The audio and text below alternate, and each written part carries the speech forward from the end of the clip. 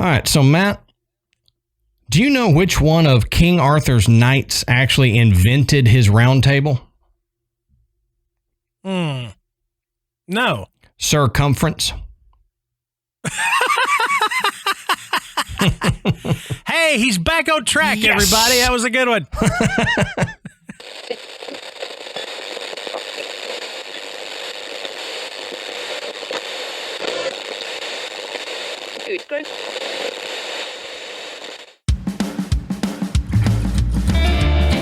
Good evening, everybody, and welcome to the Graveyard. Thank you for joining us tonight. My name is Adam. And my name's Matt. Now, pull up a tombstone or settle into your casket and get comfortable because this is Graveyard Tales. All right, everybody, here we are again. Matt, how you doing tonight, brother? Hey, I'm good, man. Good. I'm good. Good to be back. Yep, it was one of those days. It's a crazy day, crazy week, but like you've said before, getting back in the graveyard and getting in front of the mics kind of seems to, normalize everything again. So yeah. All right, so real quick, we want to say go check out the Podbelly Network at podbelly.com. You can find different shows to listen to, and you can find different tricks and tips on how to record your own podcast. And we're proud to be members of the Podbelly Network, and we enjoy the company of the other shows there. Also, want to thank tonight's sponsors, Shudder and Carob, and we will talk a little bit more about them here shortly.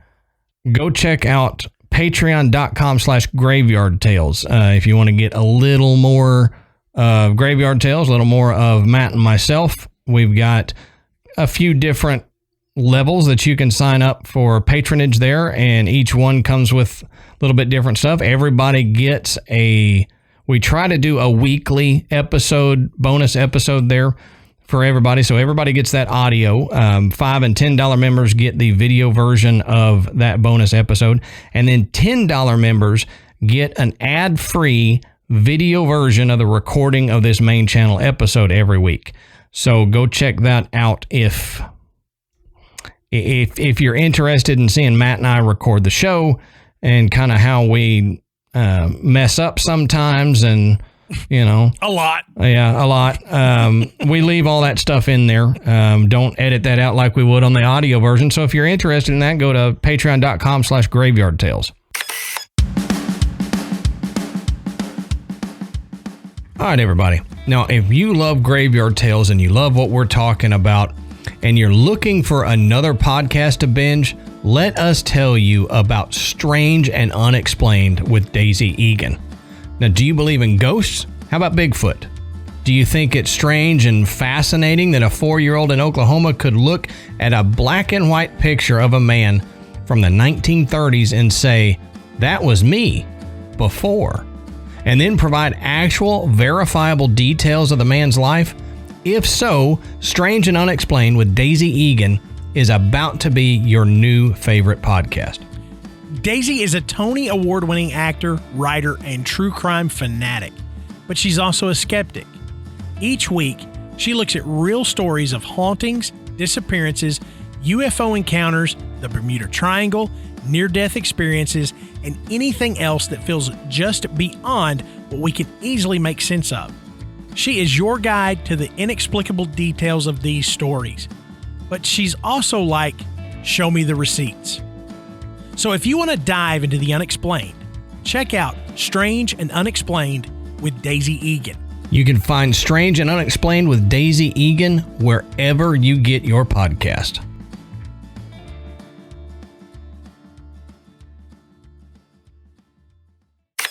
All right, Matt, I don't have anything else. I talked so much the last intro of this show that I guess I blew the wad and I don't have anything for this week.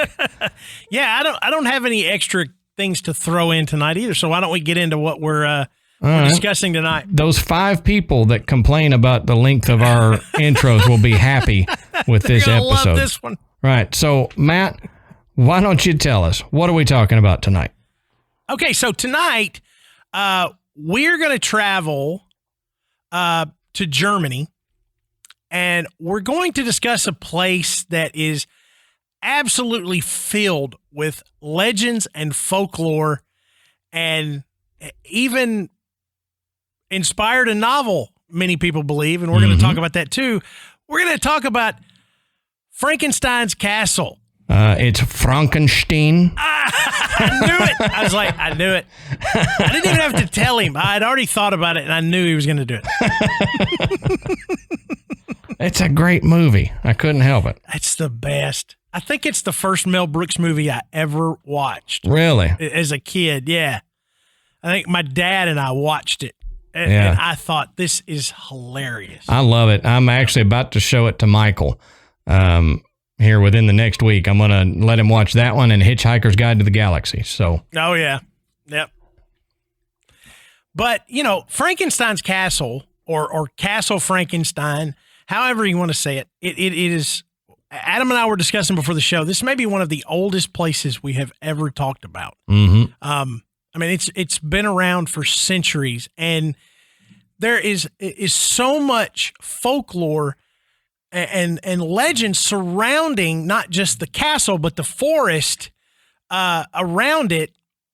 It's amazing, far beyond what, the book covers. Right. I mean, there's so much more.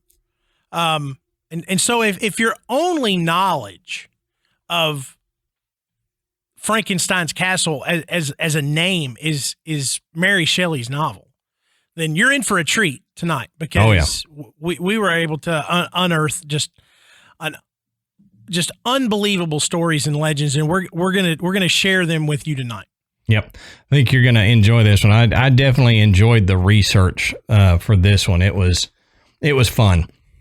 So we need to first say that if you're interested in this and you want to get a little bit more info on it, or you want to find out where we got our info, then go down to the bottom of the show notes and check out our sources. Every bit of verbiage that we've put forward we have gotten from these sources, so go check them out down at the bottom of the show notes. But where is Frankenstein's Castle? We got to figure out where it is first before we can talk about it. So Frankenstein Castle is a hilltop castle in the Odenwald overlooking the city of Darmstadt in Germany. Now, there's a lot of German words that I'm going to pronounce as best I can, but it's going to be wrong. I guarantee it.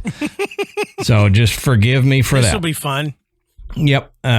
Just forgive my Texas tongue for that. So it is thought that this castle may have been an inspiration for Mary Shelley, who wrote her 1818 Gothic novel Frankenstein, as we were talking about, and we will get into that a little more later.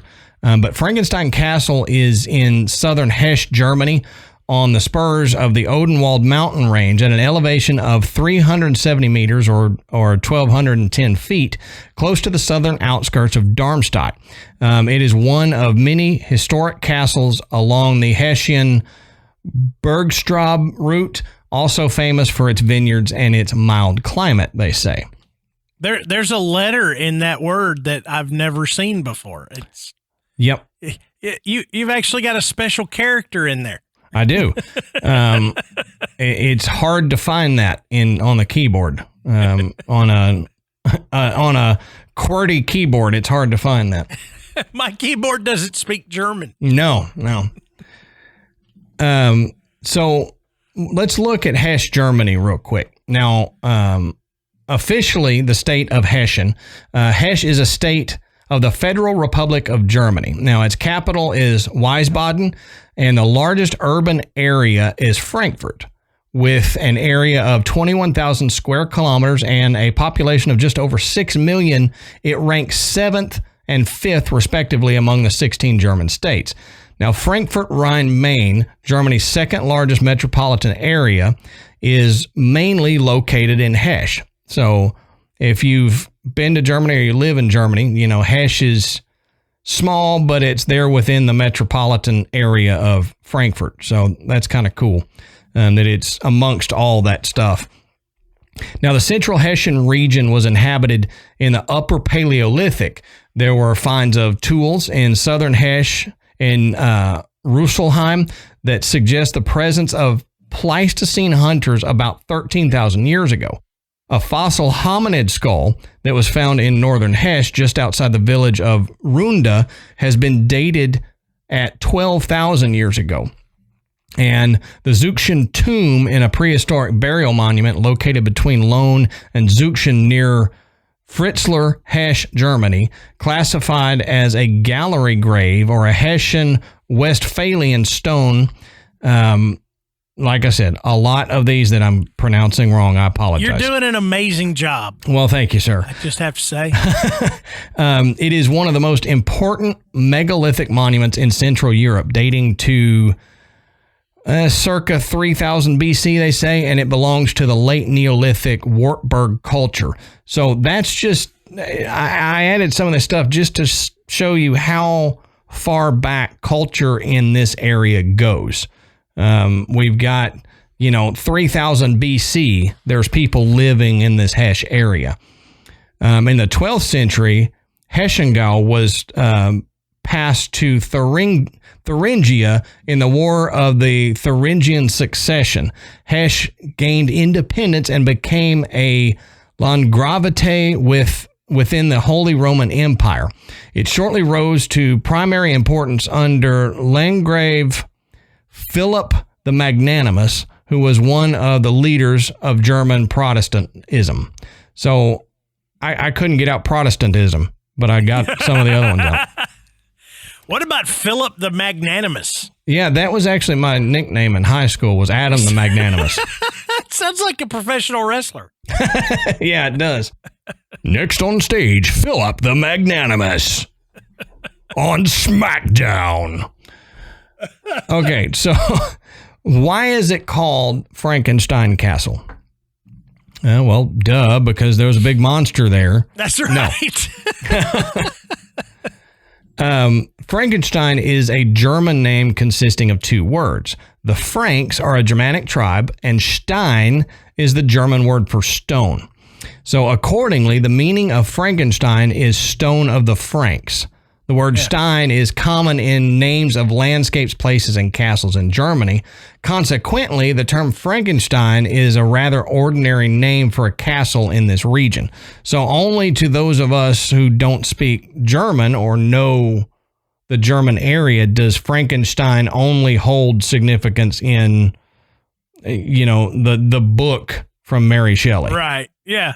It would be like if somebody wrote a novel called Texas, the Texas Monster or whatever, and someone who didn't know anything about the U.S. saw that, they would only think of the name Texas in accordance with this monster. Yeah. So if a German author wrote this novel Texas, let's say 200 years ago, yeah, then. That's the way it would be. Mm-hmm. Now, Texas Monster. Yeah. That was also my nickname. No, it wasn't. I set him up and he knocks him down, folks. That's why we work so well. Now, one legend says that Lord Conrad II Reyes of Bruberg constructed the castle sometime around 1250. Now, he christened the structure Frankenstein Castle and afterward adopted the name von und zu Frankenstein as founder of the Free Imperial Barony of Frankenstein. Lord Conrad helped power over Darmstadt, Ochstadt, Niederbierbach, and Waterloo and Hesse. Now, that's only one theory on where and when it was built, because there's another one here, but it was so long ago that the records just don't hold that information. Yeah. Because this goes on to say that the castle was probably built a little before 1252, which is the year of the first historical record. Mm-hmm. So 1252, it was recorded there, and they figure that a little bit before that was when it was built, but the wording of the deed gave the impression that the castle was inhabited for quite some time before that. So it could be 1252, it could be 1250 from Lord Conrad, or it could be even further back. They're not 100% sure. Yeah, it's a good chance that the castle is older than that by a few years at least. Yeah. And especially because castles were not built overnight. Right. I mean, they took years to construct, and oftentimes, there were additions that were, put on after the main part of the castle was completed, or even partially complete, or at least livable. There was continued construction, so a completed castle, and sometimes they were never completed. I mean, right. We've seen plenty of older castles that look like they just kept building and then they just stopped. Yeah. It just, well, the family died out, or there was, a large war that wiped out, or the castle was taken over by a rival, tribe or clan or country or whatever, and any construction stopped. So it was almost like these are things that just are constantly being built. So, I mean, it could be a few years older than that. It could be 50 years older than that. You really right. can't tell. But we know this. It's really old. Yeah, it's really, really old. Now, they do say that the castle, they're pretty sure remained in the Frankenstein family for around 400 years, give or take some squabbles between two sides of the family. So it's like Matt just mentioned, it can change hands depending on the ruling power at the time, who conquered the area and all that. But they think it stayed in that family for about 400 years. Now, in the 17th century, it actually became barracks for retired soldiers. So when the soldiers retired, they moved there for a while. Now, Grand Duke Ludwig II of Hesse and by Rhine finally decided to rebuild Burg Frankenstein Castle in the 19th century. However, he did not follow exactly the old models. Like Matt was saying, they can add on to the castle. So the castle that you see today might look slightly different than the original castle. He added on towers and stuff that weren't in the original plans and made it, I guess, look a little more ornate. Yeah. Central heat and air and walk-in showers. Yeah, right. I wish. I'm sure they wish too. Now, post-World War II, parts of the castle were used as an American Army base, and this helps kind of partly explain some of the castle's popularity to visitors from the U.S. So, if your family members were there after World War II and knew that it was an army base, you may be more interested in going and seeing it, Yeah. Now, this does say that, unfortunately, the most impressive parts of the present-day castle, the tall peaked towers, didn't ever exist in medieval times. So that's like the adding on of it. Those weren't there during the medieval times of people living there. That was added on later. So it wasn't quite as tall and imposing, I guess, back in the day, but it was still a frickin' castle on a hill. That's right. Now, it says these additions in the 1850s by Romantic architects who wanted to exaggerate the castle's Gothic qualities. Why couldn't I say Gothic? The castle's Gothic qualities. So they say that, the outward appearance is different, but much of the inner ward of the castle, like the lower walls and stuff, are authentic, and you can still see the remains of the old drawbridge, which that's cool. Oh, yeah. And I imagine, that was all done up in, like pinks and reds and had a lot of hearts carved in it because these architects were so romantic. Oh, yeah, yeah. I don't know why they called them romantics, but they did. It's all the romance period of all the art and right. everything. So all of those periods influenced everything. You know, not just, you know, the paintings, but the literature, the architecture, everything, you know. So it's much like now, you know, it's, hey, you know, subway tile on your kitchen backsplash, you know, all of a sudden, you know, now, you know, you can't buy a damn house without there being subway tile on the backsplash. Right. You know, it's like, oh, well, this is the thing now, you know, it was the thing then, you know. Yep. You see every decade basically has its own thing that, like for housing or whatever, that it has its own thing that all houses have to be cool for that time. And then after a certain period of time, it kind of circles back. And now everybody's doing it again to be, you know, not modern, but like the postmodernism with the classics mixed in, and they throw in these weird, like you said, the subway tiles with their whole modern decor, and they got a little bit of, oh, we did this back in the 70s, so it's cool now, you know. And I love it. I love going into somebody's house and seeing that they kind of got stuck in their decor. Yeah. Around like 1976. Yeah. And you know, they got white carpet and shag, white carpet, gold and glass furniture and stuff. And you're like, hey, have you got a disco ball in the closet too? Right. Bead curtains. Oh yeah. Bead curtains, incense burners, and. But yeah, you could really see it in people's furniture. Oh yeah. Oh yeah. Especially the folks that I see. Yeah. Well, yeah, that's true. This goes on to say that the castle is perched upon a wooded hilltop around 400 meters above the surrounding Rhine Valley.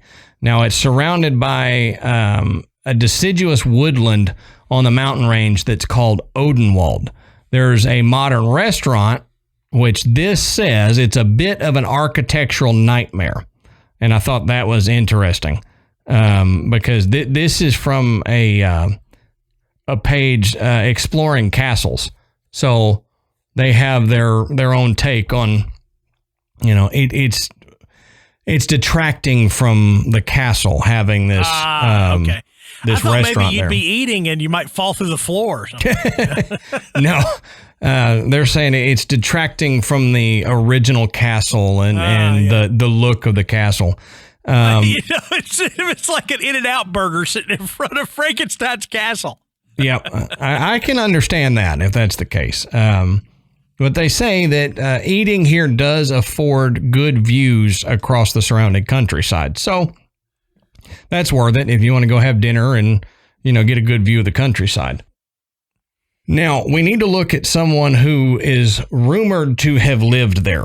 And this is from one of my favorite websites, Atlas Obscura.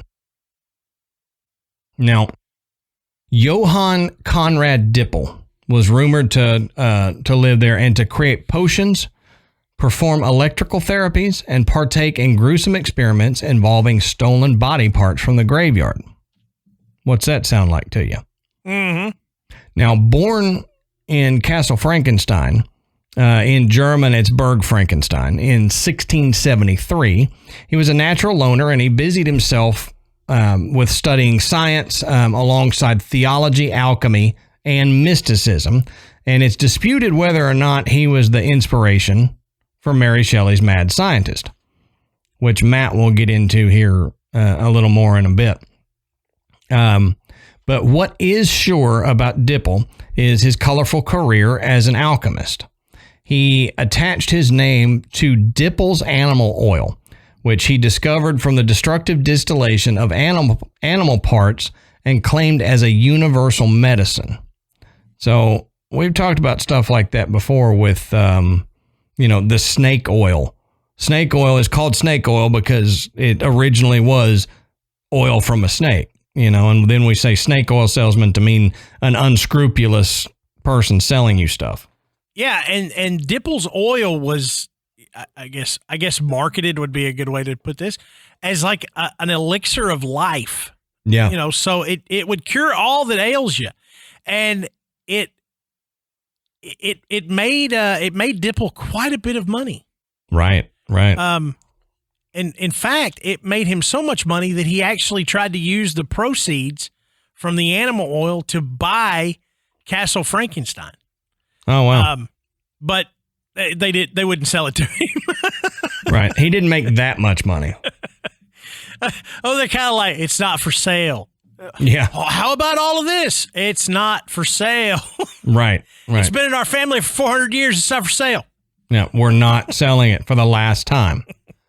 Take your animal oil and get out. Well, the animal oil came at the end of a wave of popularity for latrochemistry, which had moved alchemy from the search for creating gold to finding new medicines. So I guess that's a good change. Find new medicines rather than trying to make gold out of a tin can. Don't guess they had tin cans back then, but you get my point. But it was the predecessor of the modern day tin can. Right. They alchemists actually created the tin can. They were trying to make gold, and somehow they just there's a tin can, and now we have tin cans. You know, yeah. Alchemy is a very unique course to look into. I mean, it is. I mean, understandably, they knew enough to believe that it could be done. You know, of course, you know, now, you know, modern science says, yeah, this was, you know, this was a fool's journey. Bunk and hokum, as the old timers used to say. But as Adam said, it did lead to a lot of other courses of study and influenced, you know, other fields because it prompted investigation and learning. Right. And so I can't turn, you know, lead into gold, but look what I figured out I can do. Right. And I made this arthritis cream that came out of that. Yeah. And what came out of it too was the cell phone app Little Alchemy, which you can still study alchemy if you get that app. Oh my God, I hadn't thought about that in a long time. It's still on my phone, and I'll pick it up occasionally and start putting stuff together, trying to make, you know. All right. Now let's stop talking about phone apps and get on with it. Now, the animal oil, like I said, it came at kind of the end of this wave, and it had this really unpleasant taste and smell, as well as the progression of, you know, other medicines. It ended up making Dipple's oil fall into disrepute by the end of the 18th century. So it had its heyday, but because they found some other stuff, they said, you know what, this Dipple's oil, that's some crap. Let's not. Yeah, it ain't doing nothing. It's not worth it trying to suck down this medicine that tastes like donkey butt, which it probably was made from donkey butt. So let's not take that. That's right. Now, Dipple made some impressive contributions to science, as well as his other craziness, including helping discover the dye Prussian blue, which is still used in modern-day textile production. And it's still was for a very long time a highly prized color, that Prussian blue. And it is a pretty blue. If you find stuff that's actually Prussian blue, I like that color. Yeah, and it's used in a lot of paint. And some of you may remember this. I don't know if everybody will, but the show, what is The Joy of Painting? That was the name of Bob Ross's show. Yeah. Okay. That show existed before Bob Ross. Okay. There was another Dipple guy. created that, right? Yeah. There was another guy that hosted that show. The same format, you know, painting a picture, giving you some tips on how to do it, and talking your way through it. But it was this older fellow with a kind of a weird accent, and he loved Prussian blue. Oh, yeah. And he would all the time go, hey, we'll add a little Prussian blue. Yeah. And I remember watching as a kid. I was fascinated, but I always remember Prussian blue. And yeah. So if any of you folks that watch that, if you're my age or older, you may remember that guy that, you know, Bob Ross was the one that became really popular But this guy was there first. So I think I Bob love Ross Bob got Ross. a shot because this guy died. Yeah, maybe. Now, like other alchemists of his time, Dipple was fixated with the human soul. Now, he documented many experiments of, quote, soul transference, where trying to swap the soul of one dead animal into a living one. Now, it was actually one of his less ghoulish experiments on living creatures, believe it or not. He also believed that his potions could be used to exorcise demons, and that the soul of one human being could be poured into another. Yes, poured, quite literally, with a funnel, a hose, and lubricant. Can you imagine this process? My question is, I'm not even touching this. where does the soul exit from, and where does it enter from? Is it like, we were talking about astral projection? Does the soul come out of the astral hole and then go into something else, or what is it? Yeah, I can't. I got all the jokes I have in my head. I can't say. Yeah, I mean, I keep coming up. I'm waiting for a clean one to come up, and it won't. I'm fascinated with this, though. I really want to know how the lubricant comes into play. Well, you got to grease it up. I guess so. Grease your soul. It's not coming out without a little bit of grease. Right. That's true. That's true. Lubricant makes things more pliable. All right, let's move on. Now, it's from this point in Dipple's life that it's difficult to separate fact from fiction.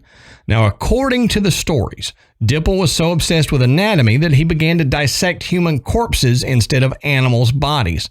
So that's quite a leap for someone. Now, of course, there are hundreds of stories of rogue doctors cutting up bodies over the years, but apparently Dipple had a particular penchant for exhuming the dead after dark from local graveyards. If I catch him in my graveyard, we're going to have problems. That's right. Now, it's said that he believed the recent dead still had some soul intact in the body. So it was also said that Dipple had a particular obsession with reanimating the dead, boiling human remains to create an elixir of life. After all, he'd achieved success with his animal elixir, right? Yeah, why not? So let's boil people.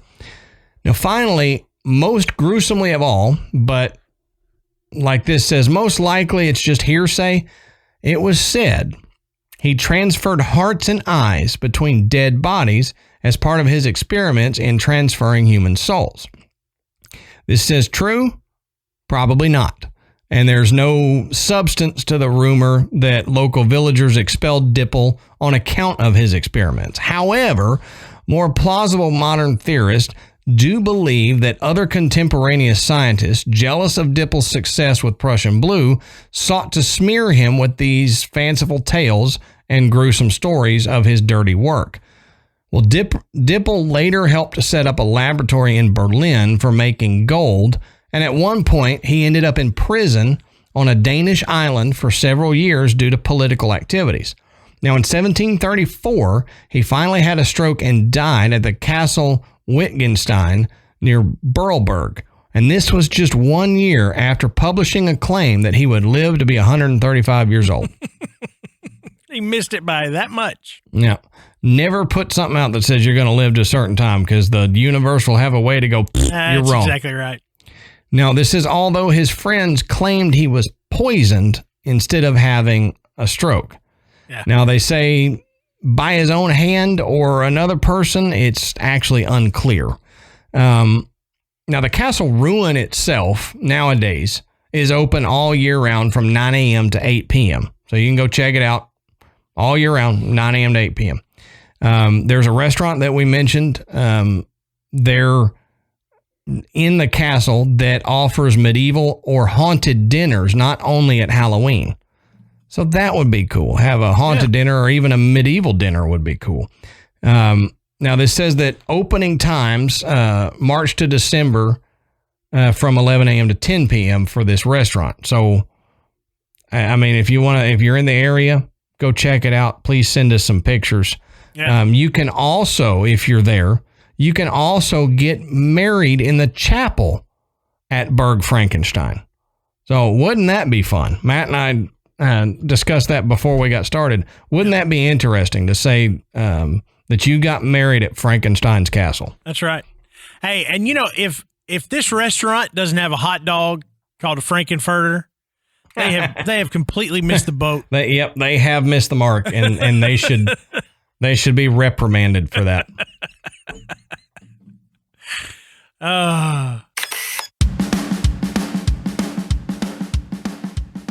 All right, Adam, let's take a moment and talk about one of tonight's sponsors, Carob. Now, Carob is an online vitamin and wellness brand that delivers quality supplements right to your door. Now, all of Carob's products are formulated with good-for-you, clean ingredients that are backed by science. Carob is super transparent about the research and sourcings behind each one of their products. Your recommendations come in daily, individually wrapped packets that are perfect for getting back into or starting a routine. So if you're concerned about your health and you're not really sure what supplements to take, Carob makes it so easy. They really do. You take an online quiz that's geared toward the health goals that you want to meet, and they match the supplements that were best for you. And then they provide those supplements in easy-to-take packets that every morning you can just go up and instead of digging through a whole bunch of bottles, you just grab that day's packet and you know exactly what you're getting. And everything comes with its own informational sheet so you know exactly what you're taking, what it's for. It's super easy and fantastic. Amanda and I love it. Oh, yeah. Ashley and I do, too.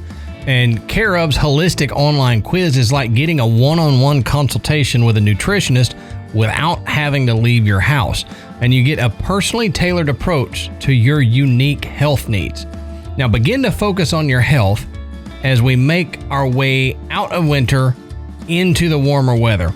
And there are small, impactful ways to be more sustainable every day. Switching from bulky bottles to Carob's compostable vitamin packets is a simple way to practice a more eco-friendly mindset at home or on the go. And that's a good point. You can compost their packets. You can't compost that big bottle of vitamins that you got from the store. Right.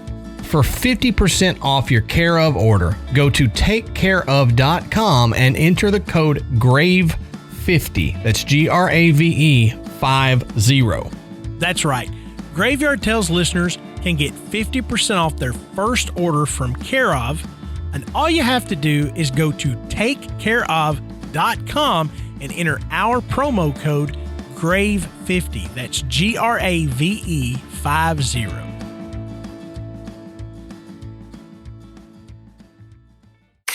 All right. So, as Adam mentioned, it's suggested that Dipple was the inspiration for Mary Shelley's Victor Frankenstein in her novel, which was written, I believe she started in 1814. Mm-hmm. Now, you've heard all the connections, all the things that Dipple was rumored to have done, right? And what he was working at, and yet it's just suggested that he may have been the inspiration for Mary Shelley's Frankenstein. Yeah. Maybe. I mean, we don't know, but maybe. I mean, okay. But let's look a little closer at it. Chances are probably good. The chances are really good. The problem is that there's no mention of him or Castle Frankenstein in any of her notes that she used to construct the novel. It doesn't necessarily mean that he wasn't the inspiration. Mm-hmm. Now, there's no, like I said, there's no mention of the castle, no mention of Dipple, but it was known that in 1814, just prior to writing the novel, Mary Shelley took a journey on the Rhine River, and she spent a few hours in the town of Gernsheim, which is located about 10 miles away from the castle. So she was extremely close to the castle. And you got to think, if she's in a town even for a few hours, that's only 10 miles away from this castle, she's bound to have come across somebody mentioning it or talking about it. I mean, heck, you could probably have bought little Castle Frankenstein Christmas ornaments and all kinds of stuff. Right. You know, so she Dipple's face on it. knew about it. And there's a lot of nonfiction books about Mary Shelley's life that also mention Dipple as a possible influence. But there's more than that. There's even more connections. So, as Adam said, it was rumored that he dug up bodies and performed medical experiments on them at the castle. And you know, when Adam said that the theories behind his death are a little different because of this, it was said that a local cleric warned the parish that Dipple had created a monster that he brought to life by a bolt of lightning. Now, interestingly enough, the lightning that they used to bring Frankenstein's monster to life, that is a reference to the 1931 film. It's not in the novel. Okay? Yeah. Mary Shelley does not use the lightning as the way to bring the monster to life. You know, that's from the movie, but, you know, would the movie have drawn the inspiration from the legend that this is what Dipple did? Now, there are locals who still claim today that this actually happened and that this tale was told to Mary Shelley's stepmother by the Brothers Grimm. Now, interestingly enough, Mary Shelley's stepmother was the person that translated the Grimm stories from German to English. So the connection, man, I can't get over this. The connection. I know. So how interesting is that Mary Shelley's stepmother was the translator for the Brothers Grimm? And so you see now it seems to be very obvious. Plus the fact that she used the name Frankenstein. Right. You know, why choose that? You know, right. I was thinking, you know, nowadays when you talk about, oh, there's a connection between this author and another author, you're like, wow, how is that? You know, they live so far apart or whatever. But then, you know, if you're talking about famous authors that got famous around the same time from about the same area, you're bound to know each other. Exactly. You know, stories are bound to change hands, and you may have heard this story from somebody else and they didn't write it down and you wrote it down and got famous from it. So, and, you know, we know that, you know, even during these times, you know, authors, artists, you know, they plagiarize stuff. They plagiarize stuff, you know, but they often collaborated and communicated because these were their contemporaries. Right. I mean, they weren't in competition, you know, they were a part of, you know, the new rise of culture. Right. And like the stories about Mary Shelley, they kind of point to that a lot too, because apparently her and her fiance and some other people were snowed in or something like that. They couldn't go do something because of the weather. And so they spent days sitting around telling each other ghost stories, trying to scare each other. Yeah. And her husband was a poet. And, you know, so they all kind of congregated together and they would, like you said, share stories. Mm-hmm. And proof of that is in that legend of that may be where she came up with Frankenstein, was to tell during one of those ghost story times. Yeah, exactly. So as I mentioned earlier, there are tons of legends surrounding the castle and the forest. But one of the most famous is a legend about Lord George and the dragon. And this was written out by August Nodnagal. Well played. Who lived from 1803 to 1853. Now, it was said long ago, a dangerous lindworm which was a type of reptile or a reptile-like creature akin to a dragon. Right. Lived in the garden near the well at Castle Frankenstein. Now, the peasants of a neighboring village, they were really afraid of this thing because apparently not only was it, very vicious, it would hunt people that wandered into the forest after dark, and it would consume them, but it also had a tail that was venomous. And so these peasants were terrified. Now, it's said that the dragon would creep in at night and eat villagers and their children in their sleep. Now, one day, a knight by the name of Lord George rode into town. With the townfolk being desperate, they were looking for a brave knight to give them some hope. But the best they could get was Lord George. That's it, Lord George. But so they just tell him everything. This is so awful. We live in fear. We're all going to die. And Lord George says, I got this. Okay. So the next day he puts on his armor and he goes up to the castle. He goes into the garden and straight to the well where the dragon was resting. Now, it said that Lord George got off his horse and attacked the dragon, and the dragon fought back, puffed and spewed fire, and hours went on as these two battled. But finally, just as Lord George was about to drop from exhaustion, he plunged his sword into the underbelly of the dragon and was victorious. It's always the underbelly. That's the weak spot. That's right. But as the dragon struggled, it coiled its tail with the poisonous spine around the knight's belly and stung him. So Lord George and the dragon both died.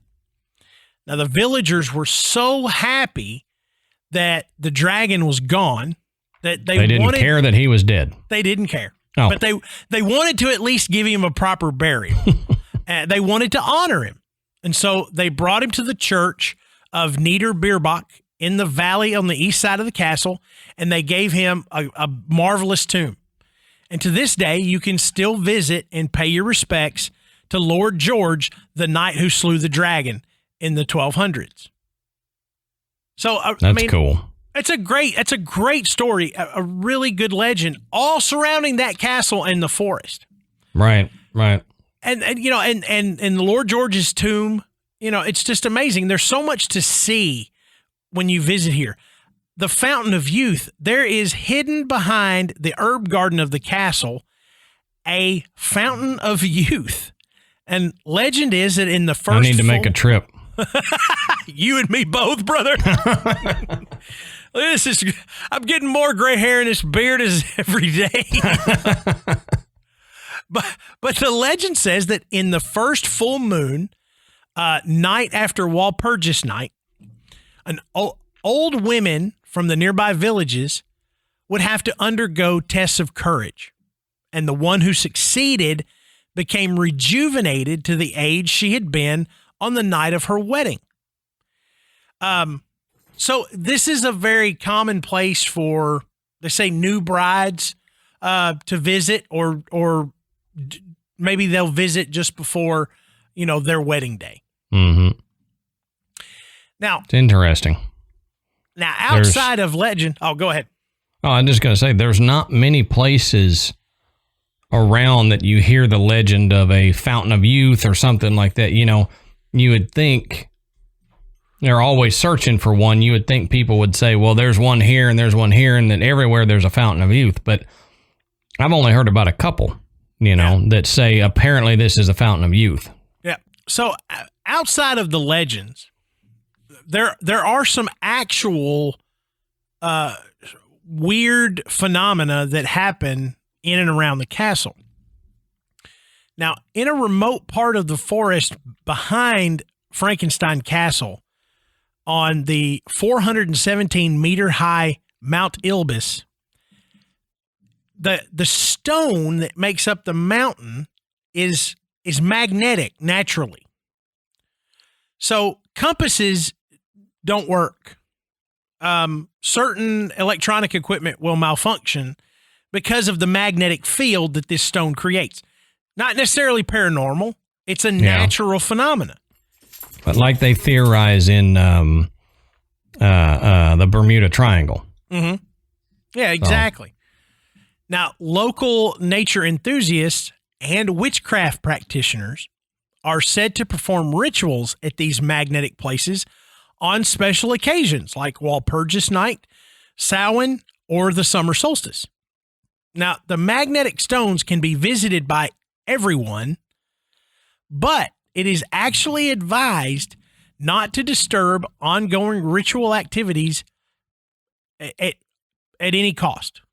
Just don't do it. And so it's recommended that you avoid visiting the forest on Samhain or the solstice or Walpurgis Night, because these are the most common times for these rituals.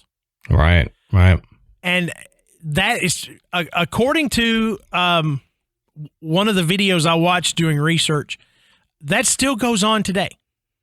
And so he had filmed his hike into the forest, or the Oldenwald, and he said he made sure in advance to not visit during these times so that he wouldn't have to worry about interrupting in any of these rituals. That's smart.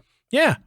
Thinking ahead that way. I mean, you think about it. I mean, you come up, somebody's doing a ritual or something, and you walk in, hey, what's everybody doing? Yeah. What's that guy doing over there? Yeah. He looks silly dancing like that. What are you going to do with that goat? Yeah, right. I think just for your own safety, you shouldn't probably interrupt rituals. It's a good idea. It's just, it's a PSA from Graveyard Tales. Don't interrupt rituals like this. If you see people in the woods dancing, singing around a fire, don't interrupt them. Don't do it. Don't do it. I mean, if for no other reason than it's just rude, Yeah, right.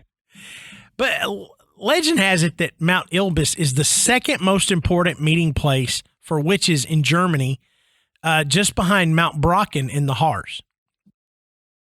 So, interestingly enough, the monuments that are inside the chapel of Castle Frankenstein are made from two types of stone, one being the magnetic stone that's found in the forest. So this causes the strange magnetic phenomena that occurs in the forest to carry over into the castle itself. That's interesting. I like that. Yeah, and the chapel seems to be the core of the paranormal activity that happens inside the castle walls. Spirits have reportedly been seen inside the chapel, believed to be attracted by the unique energy of the magnetic stones. Now, during an episode of Ghost Hunters International, a recorded sound was identified as a phrase in Old German that means Arbo is here, which was interpreted as Arbo, meaning Arbogast, which was the name of a knight from the castle, seemingly to announce his presence and his claim over the land. Now, a second soundbite was also recorded, and it was in Old German, but interpreted to be "come here." Now, their final conclusion was that there was quite a bit of paranormal activity going on inside Frankenstein's castle. Now, again, Adam and I talk a lot about these shows, and you have to take what they put out with a grain of salt. But of all the ones that I've watched, the Ghost Hunters International, that show is actually pretty good. They don't seem to what's the term? They don't get overexcited about very little things. You know, they get excited. They share what evidence they find, but they don't make mountains out of molehills. Right. So I tend to enjoy watching that show a little bit more than some of the others that we've discussed. But if you can go and actually listen to the recordings of what they got, and I mean, you can hear it pretty plainly. Now it's in German, but you can hear it. Yeah.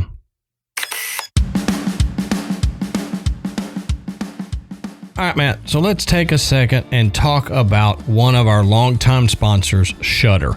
Now, Shudder is the streaming service with the best selection of horror, thriller, and supernatural movies, series, and originals, from Hollywood favorites and cult classics to original series and critically acclaimed new genre films that you won't find anywhere else.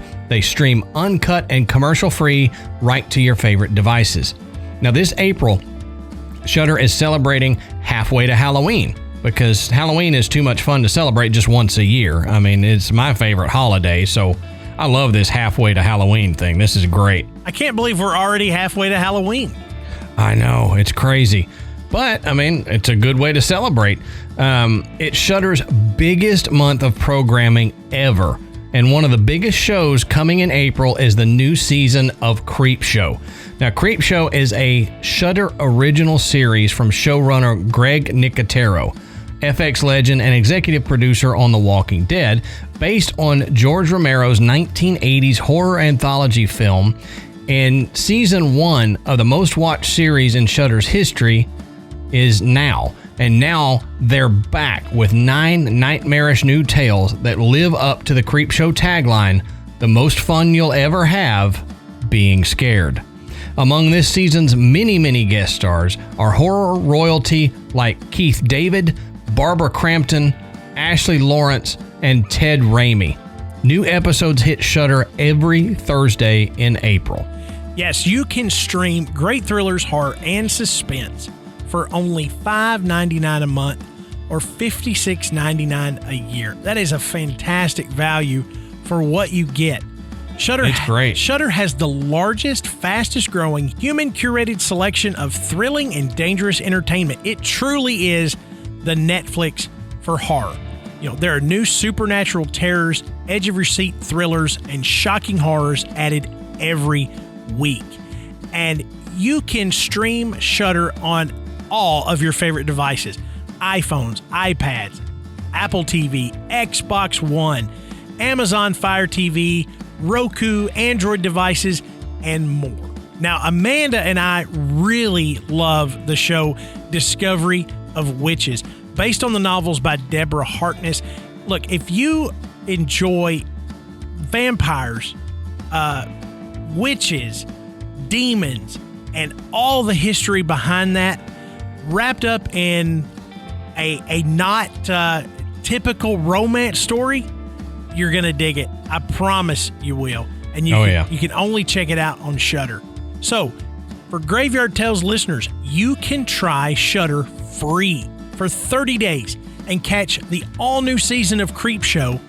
All you have to do is go to shudder.com and use the promo code GRAVE. That's SHUDDER.com and use our promo code GRAVE. GRAVE.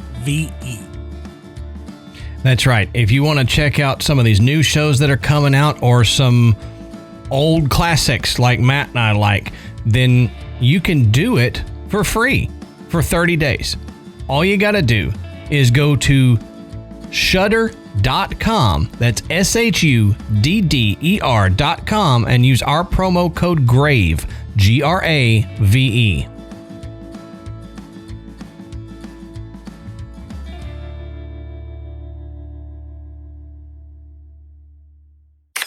Okay, so we mentioned the paranormal activity. Let's talk a little bit about the ghosts that have been reported around Frankenstein's castle. Now, in the 1600s, the last of the original Frankenstein family died in a chariot accident on his way to visit his true love, Anne Marie. Wow, that's got to suck. It's got to suck. He died instantly and never actually made it to see Anne Marie again. Now, she waited and waited for him to show, and eventually, as the story goes, she died from a broken heart. Now, today, her spirit has been seen in the castle, apparently still waiting for him to show up. Now, both the ghosts of Knight Frankenstein and Anna Marie are seen in the castle, and oftentimes they appear to be looking for one another, just roaming the castle grounds in the darkness. Now, other visitors have claimed to have seen Conrad Dipple's spirit either hunched over as if studying in his laboratory or roaming about the castle grounds in search of graves to rob for his experiments. But many locals have passed stories along by ancestors that the devil has a notable presence in the forest surrounding the castle. Now, even today, visitors will describe an odd feeling while in the forest, sometimes uneasy, like the sensation that you're being watched or followed, but it has also been described as like company, as if the woodland spirits are there watching over you. And that might be interesting. It is interesting. And one thing I did find was, talking about the subject of nature spirits, there are many legends that include the existence of gnomes, trolls, unicorns, and fairy-like entities that roam the woods, as well as the vicious lindworm that I mentioned earlier. Yeah, it's still alive. So it was just tons of mythical creatures come out of these legends. But as I was telling Adam earlier, the history of this area, it was passed down from generation to generation. And not only is it just anecdotal stories that, one grandmother told to the next grandmother and all this other thing, they were written down. And so these family histories tend to be fairly accurate. And, right. The stories of these unique white horse-like animals with horns, that were seen in the woods, make you think, okay, were there really unicorns at one time that were roaming the Oldenwald? Yeah. But, fairy-like entities or even elementals that govern and watch over the woods are also very common in these historical folk tales. Yeah, that's so cool. And the most interesting, I thought, from this particular person that I read was that because these family histories tend to be accurate, they also include things about Dipple and his work. So even though there's not a lot of fact-based evidence that says that Dipple actually performed any of these experiments, there is a lot of this family history that says that it indeed happened. Now, not only that, there are still locals that believe the story that Dipple did actually do this and created some type of monster. So as I was telling Adam, there's always some fact that is found inside these family histories. Sure. They're never just completely fabricated. So it sounds like there was obviously something that went on that was, maybe very mysterious, maybe very nefarious, while Dipple was living in the castle, that led to these stories being passed along for, decades and decades, from one family member to another. But it all goes back to just how rich of a history this castle actually has. Right. Again, like I said, far beyond what the novel included. So it's just an amazing area, not just the castle itself, but the forest that surrounds it is just full of just incredible things. That I know I've never been to Germany. I've always wanted to go. And of course, with a last name like Rudolph, I've got to go at some point with my German heritage. Yeah. My family tree has actually been traced back to Germany, and I always felt like at some point before I die, I need to go there. Yeah, you need to. This would be on my list of places to go. I may have to jump in your luggage when you go and just. But of course, Munich for Oktoberfest is like top of the list. Oh, sure. I've always wanted to go for that. But yeah, I mean, Germany has such a rich history and culture that, just to visit that country would would really mean a lot to me. But to be able to go somewhere like Castle Frankenstein, pretty incredible. But, as Adam said, this research was a lot of fun. I mean, I just barely scratched the surface on the legends that have come out of this area. And if you're interested, go check them out. I mean, you don't have to read them as they're factual, but I mean, they are fantastic stories. Oh, yeah. With Lord George and the Dragon being the most common, but so many. I mean, just so many. And then, so many of the Brothers Grimm fairy tales coming out of this region as well. It means so much to the history of that area. Well, and it begs the question, with all that stuff coming out of the same area at about the same time, was there something going on then, or in the recent past, that spawned these stories of, the Fae and monsters and people like Dipple and these experiments? Was there something really going on? Because like you said, within legends, there's always a grain of truth somewhere. So the question then is, how big is that grain of truth? Is it just a tiny little thing, or was there some weird stuff happening? Yeah, absolutely. And, I always like to believe that, every piece of folklore, has an underlying truth to it. Even if it's just, well aimed advice, learn from this story. There was something that inspired it. And, with the magnetic phenomena that occurs, in the forest, and with the stones that exist inside the castle, bringing that inside, if Dipple truly was performing these type of experiments, he couldn't have picked a better place. No kidding. Yeah. The energy there, if he was going to be able to accomplish something like this, most likely it would have been there. I mean, that would have been the place. Right. We talk about, the nature of moving water, holding energy and creating energy for spirits. And we talk about the different stones of an area that might enhance the psychic ability of an area, or the ability to store the memory of things. If a place is going to do it, places like this with that magnetic rock underneath the soil and underneath the castle, like you said, there couldn't be a better place to have something weird going on. And if there is a better place, we'll research it eventually. We'll find it. We'll get there. Yeah. But what do you guys think? We hope you enjoyed, us sharing this information about a place that you probably have heard of, but maybe didn't know all the background of it. It's the forest, the castle itself, said to be haunted.